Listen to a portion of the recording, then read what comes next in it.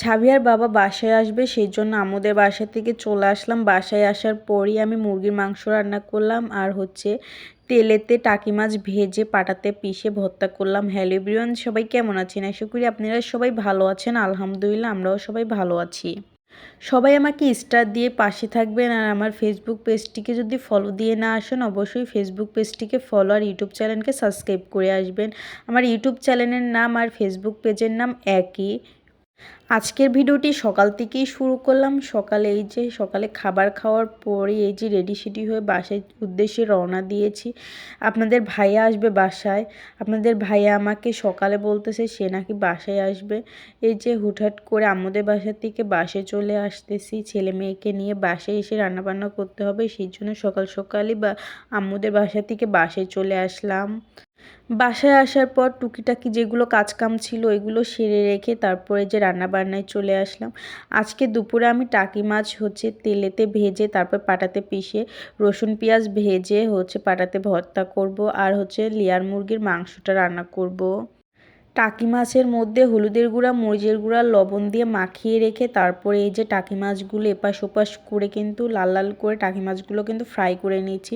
টাকি মাছ কিন্তু আমি 3 রকম করে ভর্তা করতে পারি, আপনাদের ওই 2 রকম ভর্তাও আপনাদের দেখাবো। আজকে আমি পাটাতে পিষে যেরকমভাবে ভর্তা করব ওইটাই এখন দেখাবো।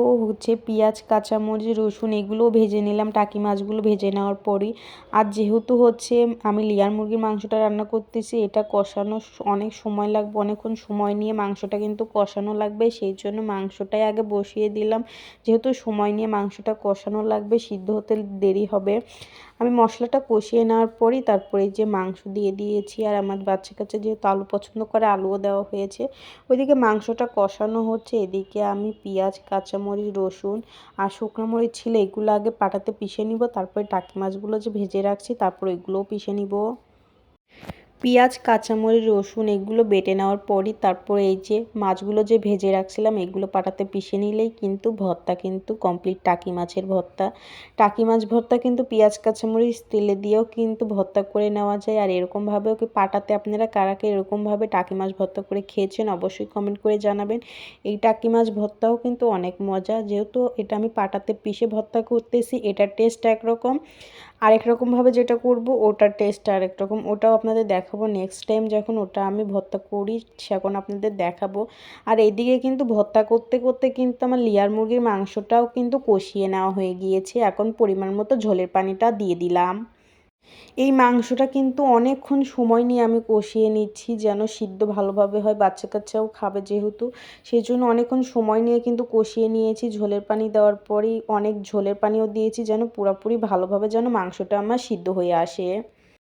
মাংস রান্না কিন্তু পুরোপুরি আমার কমপ্লিট হয়ে গিয়েছে, এটুকু ঝোল রাখতেই হবে যেহেতু আমি ভর্তা করেছি আর মুরগির মাংসটা রান্না করেছি, সেই জন্য এটুকু ঝোল রাখবো। এখন তরকারিটা নামিয়ে ফেলবো। এখন অন্যান্য কাজ কাম আছে ওইগুলো সেরে তারপরে দুপুরে খাবার খেতে বসে যাব।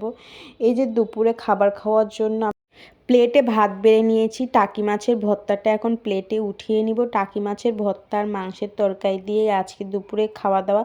মাংসের কালারটা কিন্তু সেই এসেছে। আর মুরগির মাংস রান্না আর টাকি মাছ ভর্তাটা পাটাতে পিষে ভর্তা করলাম, দুইটা রান্নাই আমার কেমন হয়েছে অবশ্যই আপনারা কমেন্ট করে জানাবেন। আপনাদের কমেন্টেই আমি উৎসাহ পাবো। আপনারা কমেন্ট করলে রান্নাটা কেমন হয়েছে অবশ্যই কমেন্ট করে জানাবেন। আর টাকি মাছ ভর্তা কিন্তু পাটাতে এভাবে যদি কখনো করে যদি না খেয়ে থাকেন অবশ্যই একবার হলে এরকম পাটাতে পিষে ভর্তা করে খাবেন। টাকি মাছ ভর্তাটা কিন্তু এভাবে অনেক মজা লাগে। আজকের মতো ভিডিওটি এখানেই শেষ করলাম। আর নতুন নতুন ভিডিও নিয়ে আপনাদের মাঝে আবারও আসবো। আল্লাহ হাফেজ।